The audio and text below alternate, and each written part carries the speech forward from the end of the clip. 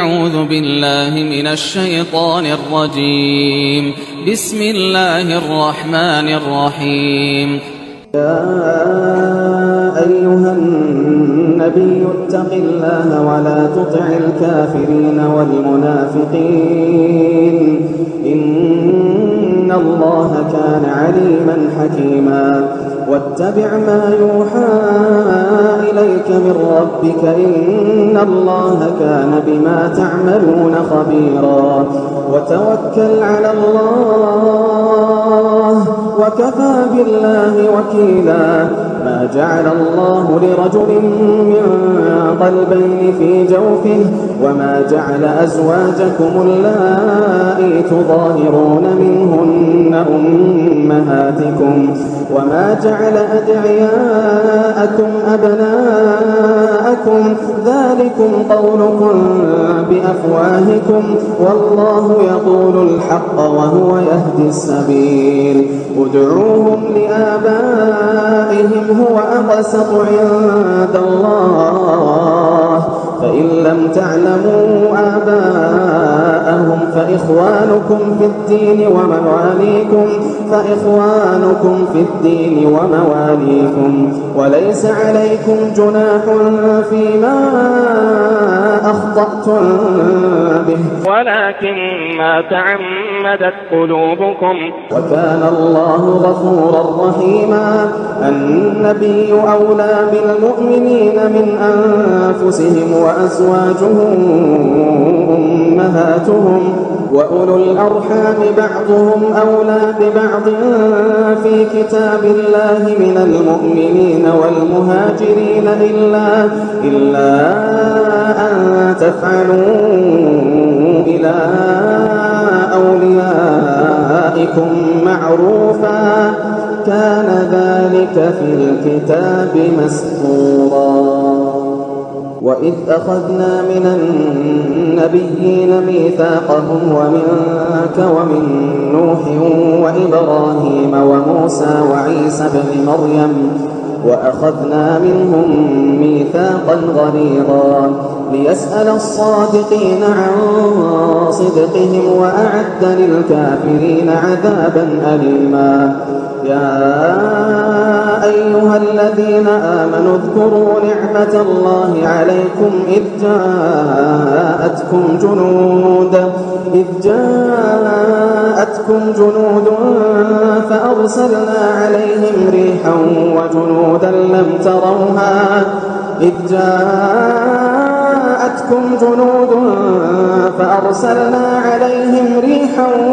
وجنودا لم تروها وكان الله بما تعملون بصيرا. إذ جاءوكم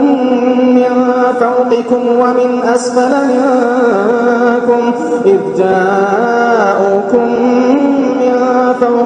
ومن أسفل منكم وإذ زاغت الأبصار وبلغت القلوب الحناجر وتظنون بالله الظنونا. هنالك ابتلي المؤمنون وزلزلوا زلزالا شديدا. وإذ يقول المنافقون والذين في قلوبهم مرض ما وعدنا الله ورسوله إلا غرورا. وإذ قالت طائفة منهم يا أهل يثرب لا مقام لكم فارجعوا ويستأذن فريق منهم النبي يقولون إن بيوتنا عورة وما هي بعورة إن يريدون إلا فرارا. ولو دخلت عليهم من أقطارها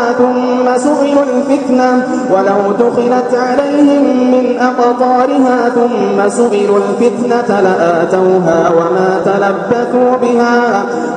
تلبثوا بها إلا يسيرا. ولقد كانوا عاهدوا الله من قبل لا يولون الأدبار وكان عهد الله مسؤولا قل لن ينفعكم الفرار إن فررتم من الموت أو القتل وإذا لا تمتعون إلا قليلا قل من ذا الذي يعصمكم من الله إن أراد بكم سوءا أو أراد بكم رحمة قل من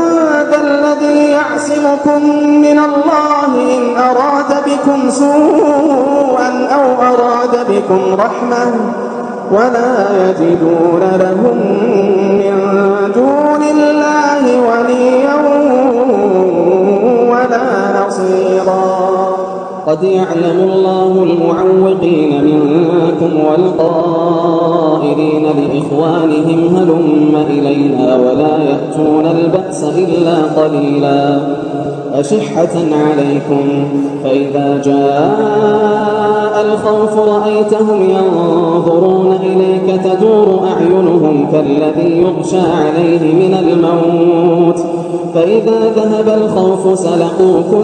بألسنة حداد أشحة على الخير أولئك لم يؤمنوا فأحبط الله أعمالهم وكان ذلك على الله يسيرا يحسبون الأحزاب لم يذهبوا وإن يأتي الأحزاب يودوا لو أنهم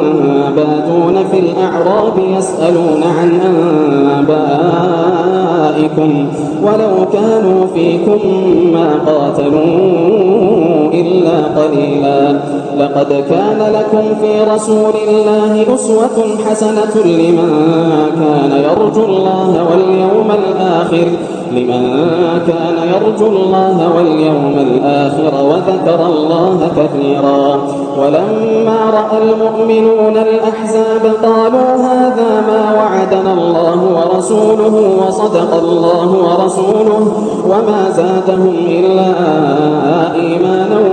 وتسليما من المؤمنين رجال صدقوا ما عاهدوا الله عليه فمنهم من قضى نحبه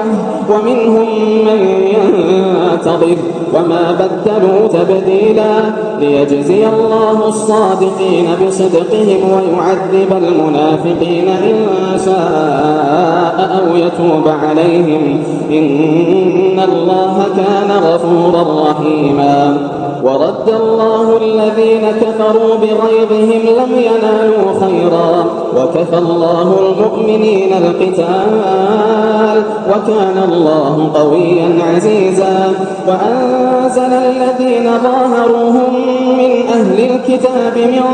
صياصيهم وقذف في قلوبهم الرعب فريقا تقتلون وتأسرون فريقا وأورثكم أرضهم وديارهم وأموالهم وأرضا لم تطئوها وكان الله على كل شيء قديرا يا أيها النبي قل لأزواجك إن كنتن تردن الحياة الدنيا وزينتها فتعالين أمتعكن وأسرحكن سراحا جميلا وإن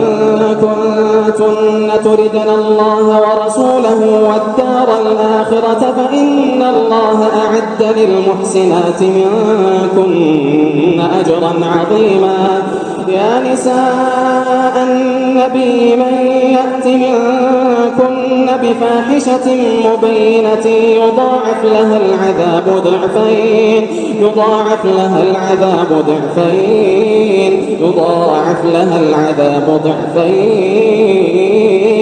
وكان ذلك على الله يسيرا ومن يقنت منكن لله ورسوله وتعمل صالحا نؤتها أجرها مرتين وأعتدنا لها رزقا كريما يا نساء النبي لستن كأحد من النساء إن اتقيتن فلا تخضعن بالقول فيطمع الذي في قلبه مرض وقلن قولا معروفا وقرن في بيوتكن ولا تبرجن تبرج الجاهلية الأولى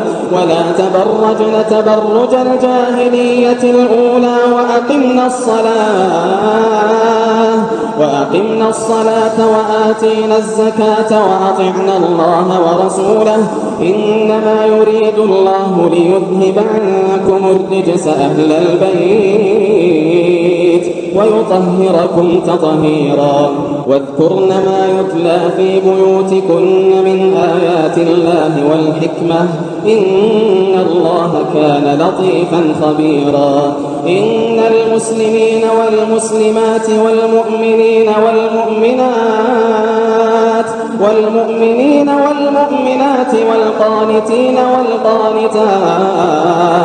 والقانتين والقانتات والصادقين والصادقات والصابرين والصابرات والخاشعين والخاشعات والمتصدقين والمتصدقات والصائمين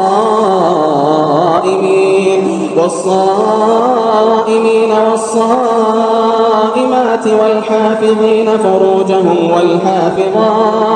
والحافظين فروجهم والحافظات والذاكرين الله كثيرا والذاكرات أعد الله لهم مغفرة وأجرا عظيما وما كان لمؤمن ولا مؤمنة إذا قضى الله ورسوله أمرا أن يكون لهم الخيرة من أمرهم ومن يعص الله ورسوله فقد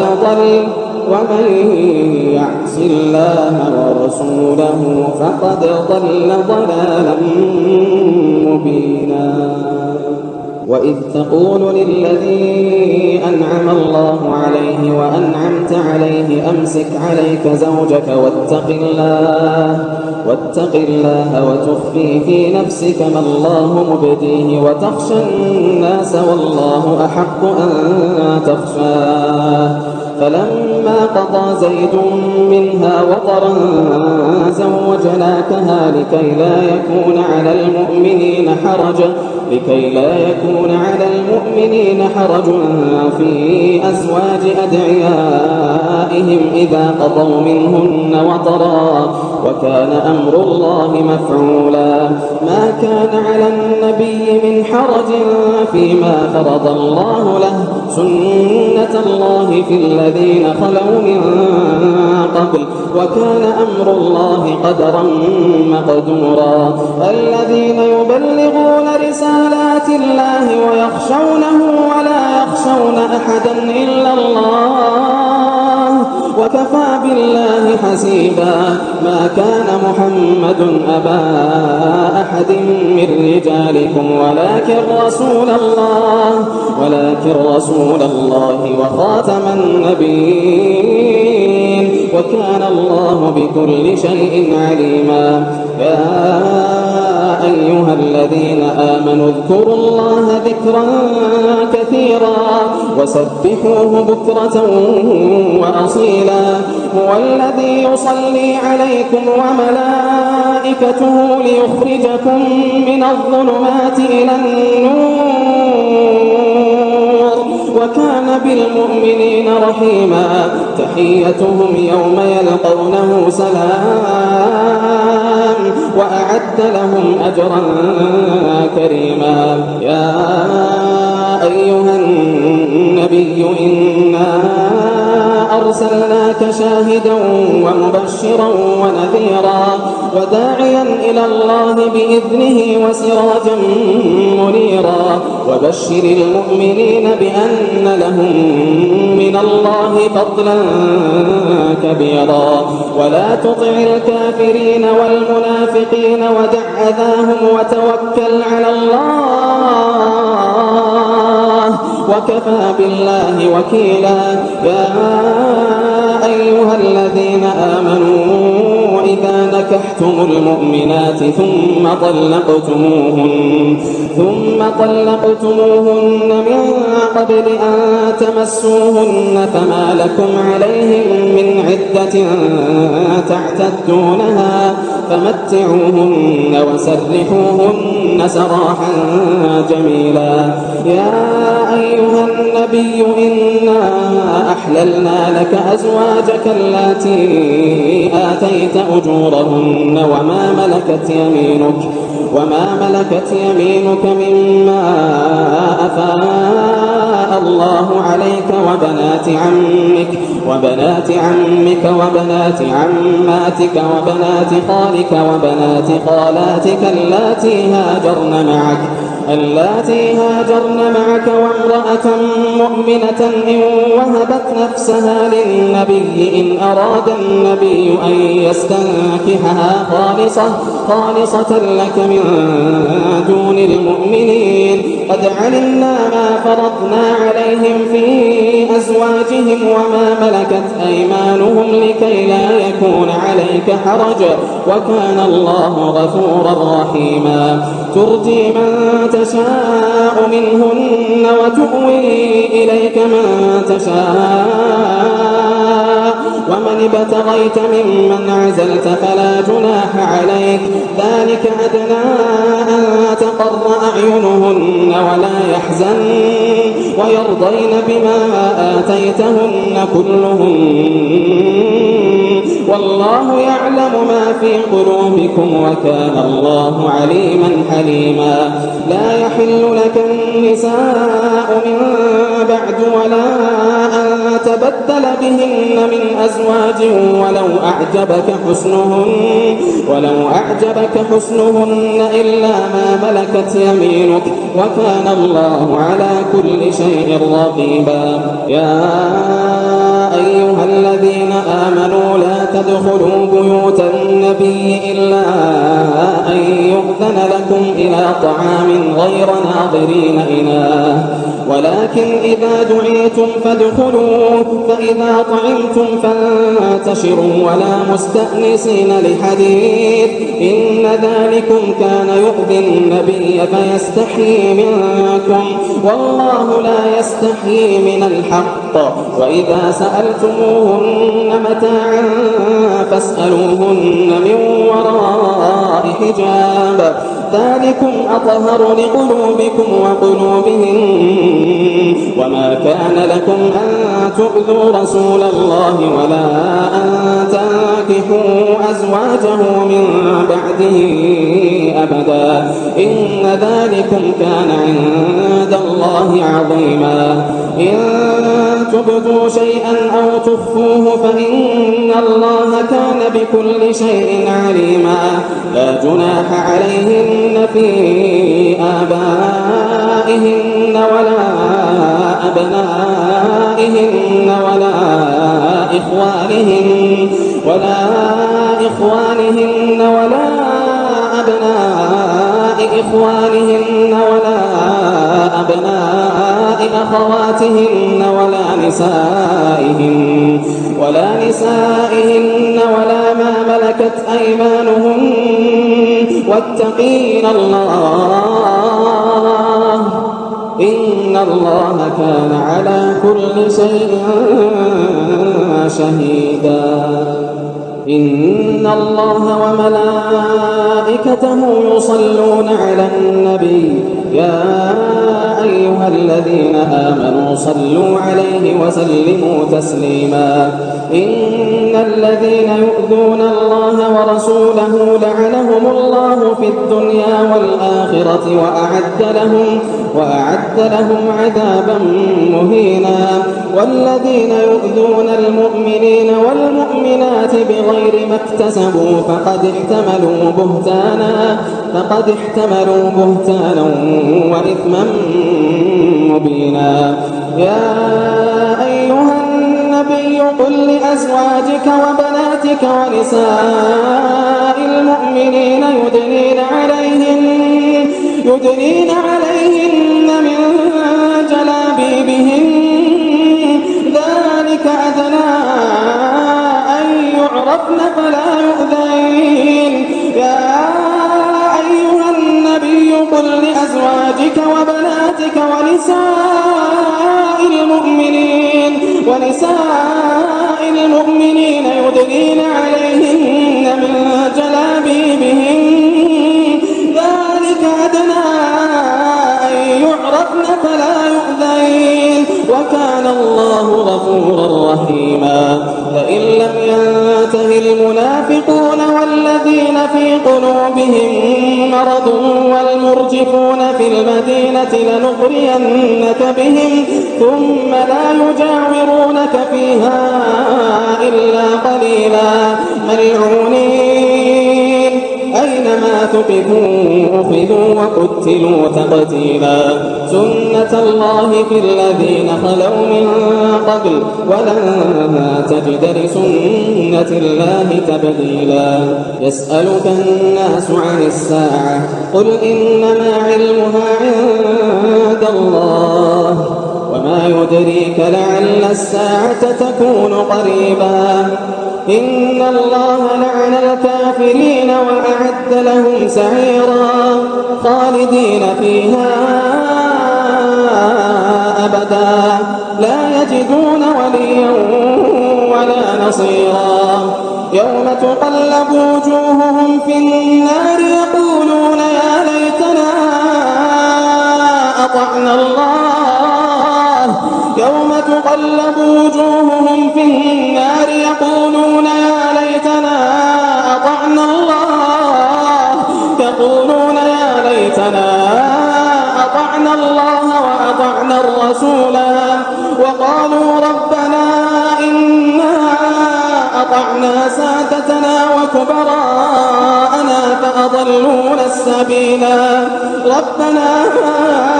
آتهم ضعفين من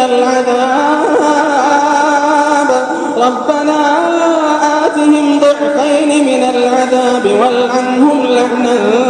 كبيرا يا أيها الذين آمنوا لا تكونوا كالذين آذوا موسى فبرأه الله مما قالوا وكان عند الله وجيها يا أيها الذين آمنوا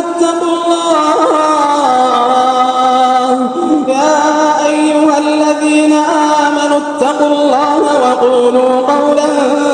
سديدا يصلح لكم أعمالكم ويغفر لكم ذنوبكم ومن يطع الله ورسوله فقد فاز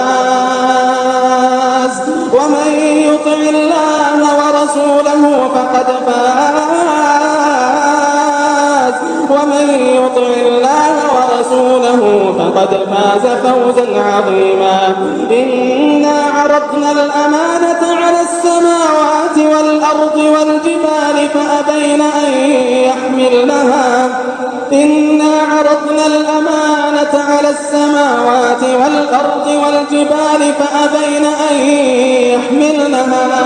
فأبين أن يحملنها وأشفقن منها وحملها الإنسان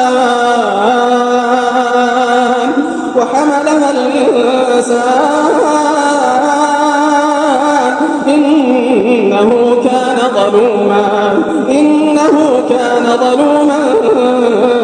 جهولا ليعذب الله المنافقين والمنافقات والمشركين والمشركات ويتوب الله على المؤمنين والمؤمنات